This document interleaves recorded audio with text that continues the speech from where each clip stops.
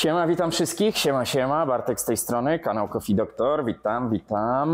Mamy dzisiaj pacjenta, takiego staruszka już, X-Small, całkiem fajny ekspres, malutki, co kto lubi. No i tu się stała rzecz takowa, że się nalało wody, nie wiem jakim cudem, do młynka. Nic tu się prawdopodobnie poważnego nie stało, ale zanim go uruchomimy, to wyciągniemy młynek. Pokażę wam, jak rozebrać młynek. Ekspres tu gra dzisiaj drugie skrzypce, także zapraszam na nową naprawę. I słuchajcie, tak jak powiedziałem, ekspres gra drugie skrzypce. Chodzi o sam młynek. Młynki w Saeco, w Philipsach to jest poza drobnymi różnicami cały czas to samo. Ja wam pokażę clue programu, czyli młynek. Standardowo już się trochę odsunę, jak mi się uda. Tacka na bok. Mam nadzieję, bo zawsze jak to powiem, że to będzie krótszy film, to się tak nie dzieje, ale może. Słuchajcie, obieramy ze wszystkiego. Woda, właściwie pojemnik na wodę. Ściągamy tutaj tą dyszę. O, ty byłaś ty. Popatrz jaka Francja. Dobra. Na bok wyciągamy zaparzacz. Ściągamy klapkę. Zaczynamy od wkrętarki z odpowiednią końcówką. I tu ja zaraz przechylę ten ekspres, to wam pokażę. Bo to też będzie dosłownie chwila, jeśli chodzi o górę. Musimy odkręcić raz, dwa, trzy. Plus ten kołnierzyk młynka. Co właśnie czynimy. Staram się dzisiaj sprawnie, bo chcę się dostać do młynka. Nie chciałem tak na sucho samego młynka pokazać, więc akurat się trafił pacjent z przylanym młynkiem. Jedna ważna rzecz. Generalnie jak jest zalany młynek, to należy ten ekspres rozebrać jak najszybciej. Tu akurat w Saeco są młynki ceramiczne, podobnie jak w Siemensach, więc tu nie ma jakby tego zagrożenia, że żarna nam skorodują, obrosną, stępią się. Ale generalnie nie wiemy, ile tej wody się tu nalało, a zwłaszcza przy żarnach stalowych, czyli tu jest krzyżak, nie, tu jest grubszy torks, czyli DeLonghi, czyli no właściwie poza Saeco i Siemensem żarna stalowe są w większości. Nie chcę gadać głupot, ale tak mi się wydaje. Tym tego nie odkręcę, bo tu jest pełno kawy w tym wkręcie. Więc trochę tu wygrzebmy, jednak tu jest krzyżak. W jednych jest taka śrubka, w drugich jest inna. Wykręcamy. Widok z góry mamy z głowy. Na bok jeszcze by się przydała jakiś pojemnik. Tu mamy te trzy wkręty, o których mówiłem. Wyjmijmy je od razu, żeby nam nie zginęły. Ekspres nawet zadbany, fajnie. Wyciągamy tutaj element, który służy do regulacji młynka. I teraz tak, w tym ekspresie, czy ty mi wyjdziesz tak łatwo? Nie wyjdziesz. W tym ekspresie trzeba zdjąć tą osłonkę czarną, ale zacznijmy od wkrętów. Muszę sobie podjechać wyżej, żeby mi było wygodnie, was trochę przybliżę. Tu, gdzie pokazuję palcem, może jak wezmę to do boku, to nawet będzie widać. Teraz jesteśmy za wysoko, więc w dół. Tu jest schowany taki skubaniec, czyli wkręt. Być może go widać, może Patryk wam zbliży. I dokładnie taki sam jest totalnie zardzewiały. Tu chyba nawet go nie ma. No nic to, rozkręcamy, zaraz się dowiemy, więc jeden, o którym wspominałem, jest tu. Wyjeżdżamy z nim, dobrą ja mam końcówkę, złą mam końcówkę. Wyjeżdżamy z nim stąd. Niekoniecznie, weźmy sobie krótszy, weźmy sobie inny sprzęt, bo wkrętarka nam tu nie podejdzie. Czyli, o. No muszę to wziąć na krawędź stołu, niestety nie mam wam jak tego pokazać, tak żebym ja mógł to jeszcze w tym samym czasie odkręcić. Wyjeżdżamy z gościem. Wyjeżdżamy z gościem na bok. Co do tej drugiej, czy ona tu jest? Nie, tu chyba nie ma już wkrętu. Wyparował przez korozję. No niestety, wiekowy ekspres. Więc tu widzę, już zaczepy nie istnieją. Więc ściągamy. Ściągamy. Czy ja to powinienem sobie wypiąć? Myślę, że tak. Myślę, że tak, że to powinno mi wyjść. Może nie metalowym przyrządem. Już nie pamiętam, jak to tutaj było. O, tak to tutaj było. Czyli zdejmujemy osłonę tego panelu, tutaj tego pokrętła. I teraz uważając na ten element, czy tu rzeczywiście nie ma tego wkrętu. Uważając na ten element, żeby tutaj nie wyłamać tej osłonki, wyjeżdżamy z gościem. No poszło nad wyraz sprawnie. I słuchajcie, mamy to. Mamy to, już wam pokazuję. Mamy cały ekspres. Oczywiście można te boki ściągnąć, żeby tu się dostać, posprawdzać, ale to nie na dzisiejszym filmie. Ja to później oczywiście zrobię. Dzisiaj clue programu wyłączony z prądu jest ten pan. Tu ma taką gumkę, można ją odłożyć. Młynek Saeco. Więc wyciągamy go stąd. On tu jest na takiej gumie, jak każdy. On sobie tu pracuje elastycznie. Było to na którymś filmie, gdzie tutaj klient sobie wkręcił w to miejsce wkręt. Nie wracajmy do tego. Wyciągamy go ostrożnie, żeby nie pourywać przewodów. Wypinamy. Tu powinna być taka zawleczka. Wypinamy wszystkie przewody. No jedziesz, gościu, jedziesz. Jedziesz, gościu, jedziesz. I mamy młynek. Tu jeszcze jest taka gumka w środku. W jednych jest szara, w innych jest czarna. W nowszych jest szara, w starszych jest czarna. A tu jeszcze się, trochę kawy wysypie. Na razie, ja już widzę w głębi, że tu było mokro. Już wyschło, więc może tej wody nie było aż tak dużo. I co, słuchajcie, ekspres sobie idzie tu. My sobie podjeżdżamy do góry. Podwijamy rękawy, bo to wszystko. Praca przy młynku jest brudna, ponieważ to jest silnik szczotkowy. No i on pyli. Ściągamy sobie tą gumę, chociaż nie musimy. I teraz tak. Ważna rzecz. Ja przyniosę może jakiś stary, zepsuty młynek. Teoretycznie, jak widzicie, one się różnią. Może jeszcze trochę was dam bliżej. One się różnią, ale tak naprawdę te głowice, czyli to jest młynek oryginalny z tego ekspresu, tą głowicę, tu nawet są wykręcone wkręty, ją wykręcając te 4 wkręty można dowolnie obracać. Podobnie te 2 elementy są demontowalne, co zaraz zobaczycie, ale mniejsza o ten młynek, on jest zepsuty.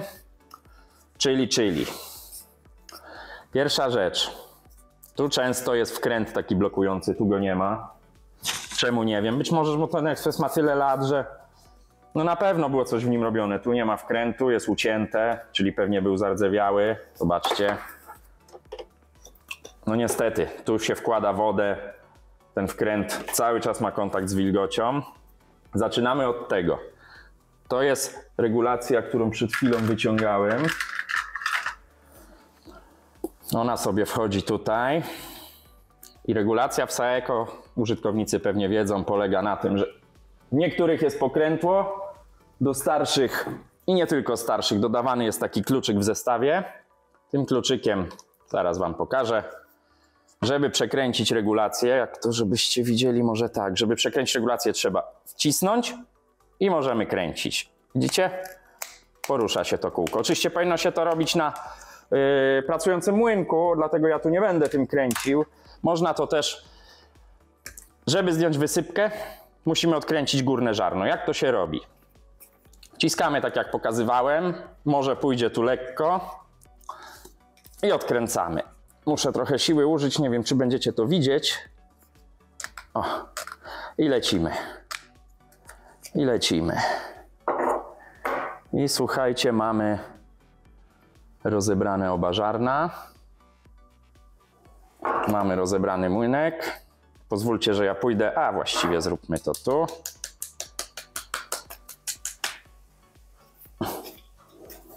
I za chwilę będziemy to wszystko czyścić. No, słuchajcie, mamy rozebrany młynek. Z niego jeszcze wyleci sporo kawy.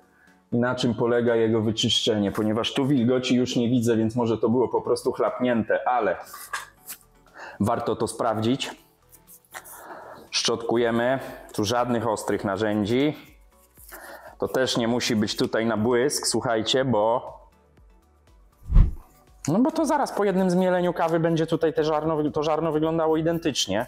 Ale pozbądźmy się wszystkiego. Palcem można jeszcze sprawdzić. No jeszcze ciągnie po skórze. To samo z tej strony. Wszystko wyszczotkować. Zobaczcie, jaki tu będzie bałagan. To na razie na bok, śrubokręty na bok. I to samo tu. To samo tu.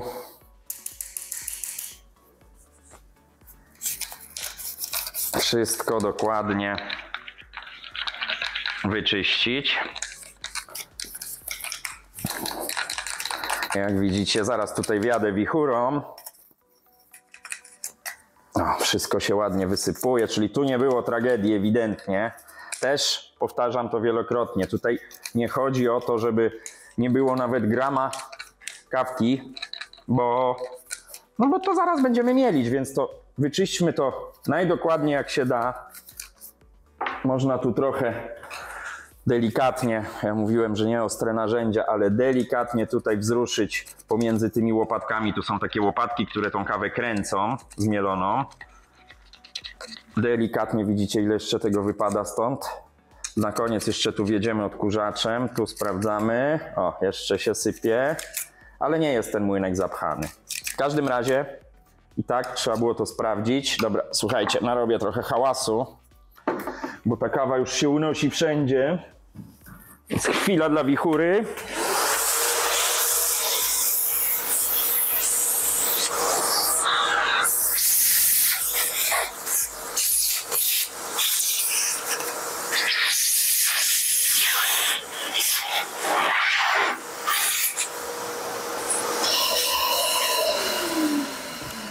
Koniec hałasu.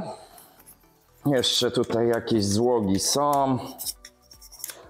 Sprawdzamy wysypkę, czy dobrze siedzi. Lubią pękać, chociaż w tych starszych modelach dosyć rzadko. No i teraz jeszcze ostatecznie te gwinty tutaj. To samo jeszcze tu widzę, trochę osadu jest. I teraz, jak już mamy wyciągnięty młynek, no właśnie, już jestem cały w kawie. Jak już mamy wyciągnięty młynek, zanim go złożymy, po pierwsze sprawdzamy wysypkę, jest tutaj data. 40 tydzień 2011 roku. No to ekspres ma 12 lat. Warto jest, jeśli już sobie regenerujemy młynek, odkręcić te 4 wkręty. Gdzie ty jesteś, chłopie? Odkręcamy te 4 wkręty. Zajrzyjmy do środka. Może tam trzeba dołożyć trochę smaru. Nie kosztuje to wiele pracy, bo to naprawdę są tylko 4 wkręty. Tu mamy jeszcze element ważny, czujnik obrotów.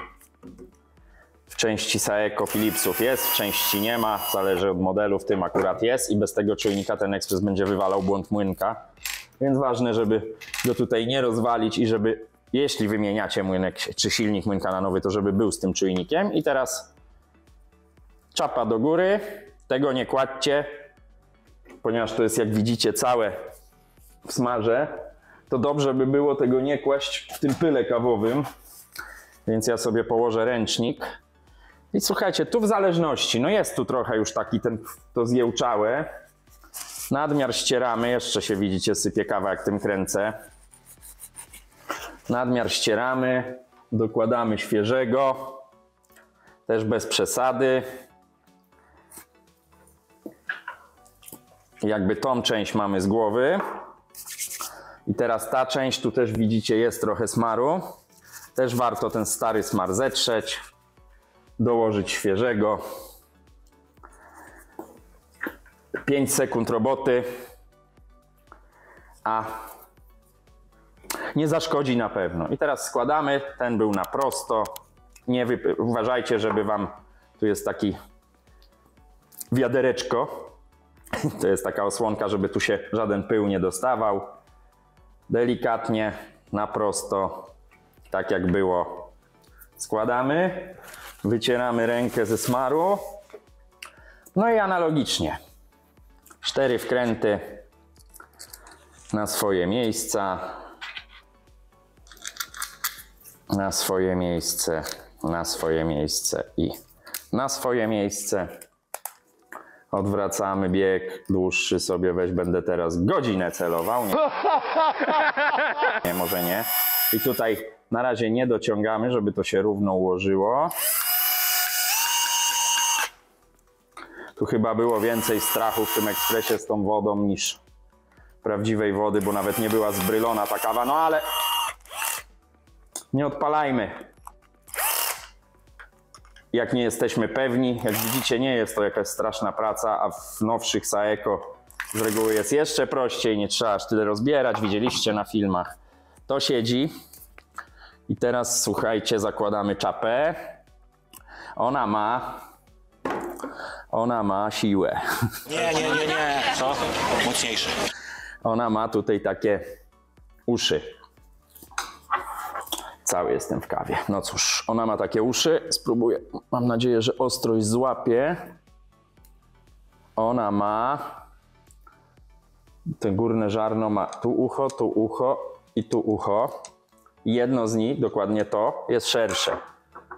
Więc teraz, zaglądając do młynka, mamy węższe, węższe i szersze. I tak to trzeba składać, żeby to się zgrało. Czyli wy patrzycie, a ja składam te puzzle. I to już nic na siłę, żeby nie ukruszyć żaren. Szersze mam w tej chwili u góry i tu szersze też mam u góry. To jeszcze musi wejść w te ząbki regulacji. No nie wiem, na ile to widzicie, bo pewnie zasłaniam ręką, ale staram się tak wam to pokazać, żebyście...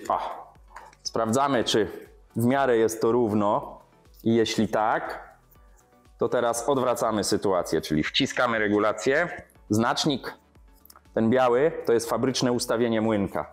W tych jest takie maźnięcie, w niektórych jest taka kreska nadrukowana, no to już w zależności od producenta. I coś jeszcze nie idzie, więc albo coś nierówno... O, jeszcze słyszałem, pyknęło, doszło i...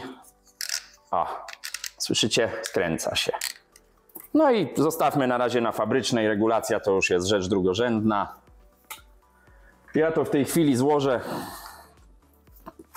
do całości. Zjedziemy już trochę niżej. Spójrzcie. Wkładamy młynek z powrotem. Tu też dwie ważne rzeczy. To jeszcze jest kosmetyka, którą trzeba tutaj gumkę. Poczekajcie, muszę się schylić pod stół. Zarówno ta gumka, ona będzie zaraz czyszczona. Ten młynek z zewnątrz też będzie czyszczony. Tu go przetrę, póki widzę, ale to wszystko jeszcze teraz pora na test, więc gumka właściwie też nam nie jest potrzebna. No i co? Te wszystkie przewody, które tu widzicie, trzeba z powrotem podłączyć. Młynki saekowskie, philipsowskie mają oznaczenie gdzie plus, gdzie minus. W tym przypadku biały to plus, czarny to minus. No czujnik ciężko pomylić, bo to jest z 3 otworami wtyczka. A on ma oznaczenie plusa. Dokładnie tu. Bliżej jeszcze bardziej. Tu jest narysowany plusik w tym miejscu. Problem polega na tym, że jak pomylicie przy silniku stałoprądowym, to wiele się nie wydarzy. Tylko kawa się nie będzie mielić, bo się będzie kręcić nie w tą stronę.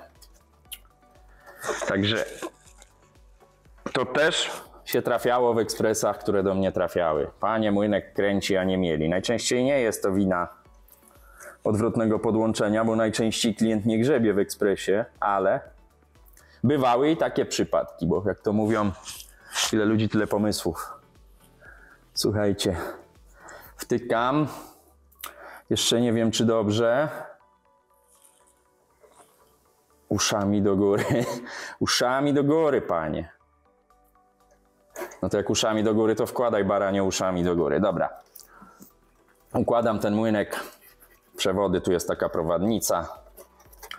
Gumy na razie nie wkładam. Wkładę go tylko luzem. On sobie tu wszedł, jak spojrzycie. On się nie musi do testów trzymać.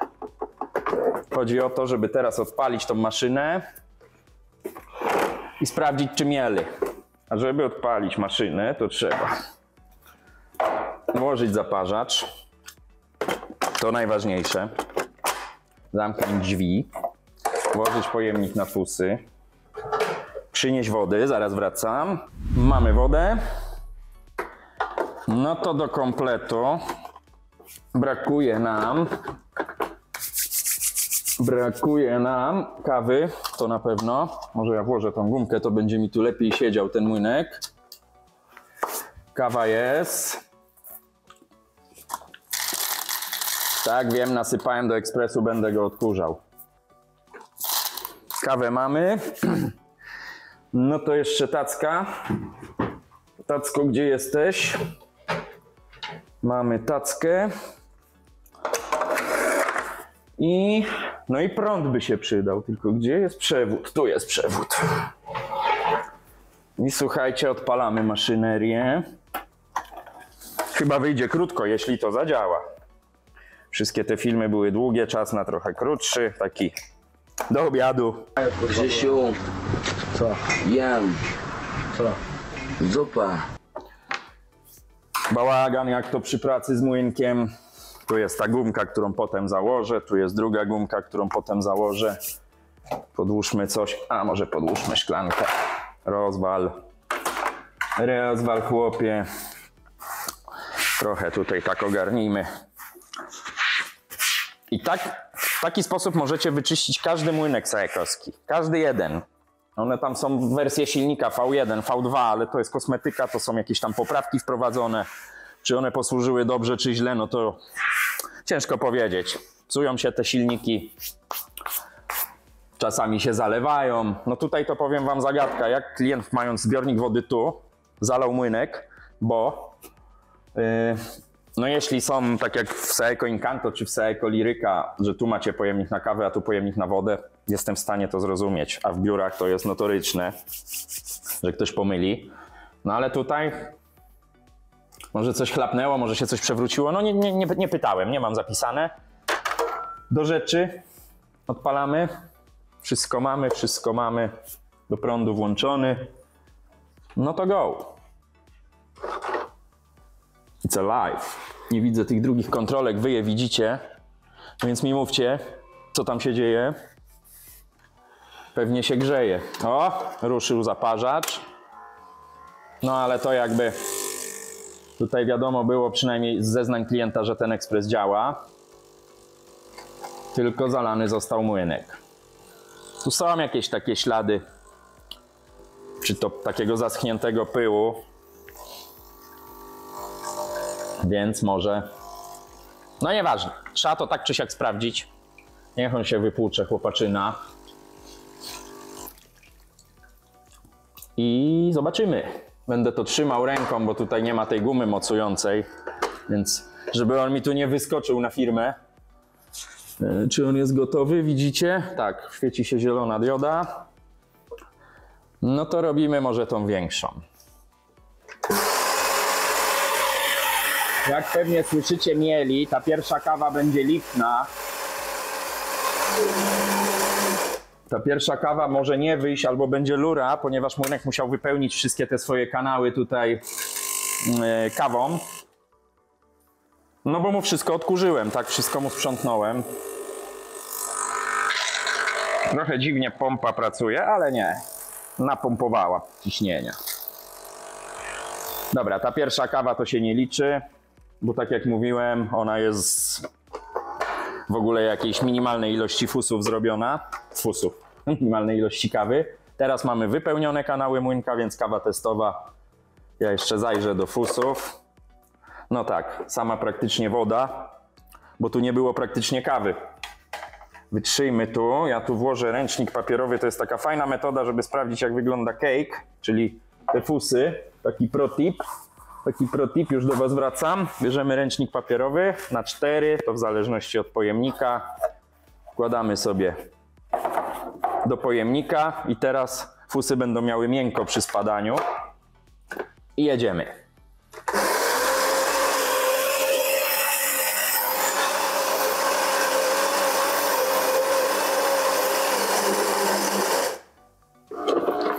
Kawa zmielona, a czy zaparzona? Ja widziałem tutaj od góry, zaglądałem, że ta kawa zasuwa bardzo dobrze. Jest w tej chwili młynek na fabrycznym ustawieniu miałkości mielenia, grubości mielenia i ciśnie kawka. I to powiem Wam, taki staruszek, 12 lat, mniej więcej 11-12 i zobaczcie, jak on fajnie, powoli parzy kawę. Jak ta kawa wygląda, ja zaraz tutaj podjadę, jeszcze Wam zbliżę, zaraz się przeleje, więc zatrzymajmy. Spójrzcie, jak ta kawa pięknie wygląda z takiego staruszka niewyględnego. I teraz jeszcze, niech ja tylko to obniżę, no kawka perfekt, naprawdę. Tych ekspresów już nie produkują, mają swoje lata, a teraz zobaczmy, o, to będzie pięknie widać, ja to po pierwsze przybliżę, po drugie postaram się wyjąć w całości. I zobaczcie, na fabrycznym ustawieniu młynka po 12 latach jakby broni się samo. Spójrzcie. Tu nic dodać, nic ująć, słuchajcie. Młynkowi się nic nie stało, sprawdzone. Regulację uważam za zakończoną. No, perfekcyjny, słuchajcie, nie jest lejący. Na tym ręczniku on się nie rozpadł, bo to też często słyszę od klientów, to zobaczcie, bo nawet ostatnio ktoś mi mówił, że te kejki się rozpadają, tak się na to mówi, kejki, ciasteczka. Zresztą to wygląda jak takie dobre ciasteczko. W tym ekspresie akurat spada z dosyć małej wysokości, bo on spada stąd do pojemnika tu, więc jest szansa, że się nie rozpadnie, ale na przykład w Niwonie czy w większych ekspresach on spada z takiej wysokości. No i jakby zróbmy test organoleptyczny. Ach, tu jest taki dobry, że nawet nie. No ale niech spadnie tak, no to musi się rozpaść, słuchajcie. Więc nie patrzcie na to. Grunt, żeby te kawałki były zbite, nie za grubo ziarniste, nie takie lejące się, ale to jakby o regulacjach młynka to już szykuję dla Was film. Będziemy też mówić o kawie, więc słuchajcie. Młynek na fabrycznym ustawieniu po 11-12 latach mieli, jak widzieliście. I porcja jest niezła. Żarna ceramiczne, co by o nich dobrego czy złego nie gadać. Ich największą wadą jest na pewno to, że jak Wam wpadnie jakiś kamień z kawy, a to się zdarza, albo wpadnie Wam jakieś zanieczyszczenie z kawy, no to jeśli będzie twarde, to porozwala te żarna. To się da naprawić, to się da wymienić, no ale w młynku stalowym takie rzeczy nie występują. Moim zdaniem DeLonghi ma najlepsze młynki, jeśli chodzi, nie mówię tutaj o jakości, prędkości mielenia, tylko jeśli chodzi o odporność na zanieczyszczenia, bo w DeLonghi, jak Wam wpadnie kamień do młynka, to on ma taką terkotkę, ja to nazywam, sprzęgiełko jakieś takie, że nie stanie dęba silnik, tylko zacznie przeskakiwać, bo takie stanięcie dęba silnika to jest bardzo duży wzrost prądu i często go upala. Słuchajcie, młynek uratowany, właściwie tylko wyczyszczony, bo jemu się nic nie wydarzyło, więc tu podejrzewam, wielkiego zalania nie było. O tym nie mówiłem, ale pod młynkiem też jest sucho. Tyle z mojej strony. Kawa, zobaczcie, ile ja już gadam, a ona jeszcze ma kremę. Zresztą zobaczcie, jaka to jest czarnucha, jaka to jest moc. Komentarze Wasze, zostawcie łapkę w górę. Jak się nie podobało, zostawcie łapkę w dół. Konstruktywną krytykę, zaznaczam, dla osób, które tam wchodzą tylko po to, żeby sobie pogadać, to ty jesteś głupi, ty jesteś zły, to nie tu. Subskrybujcie kanał, coraz więcej jest nas, naprawdę fajnie to idzie. No i co? Kanał Coffee Doctor, mówił do Was Bartek, pozdrawiam Was ciepło, trzymajcie się, smacznej kawusi, do zobaczenia, trzymajcie się, cześć.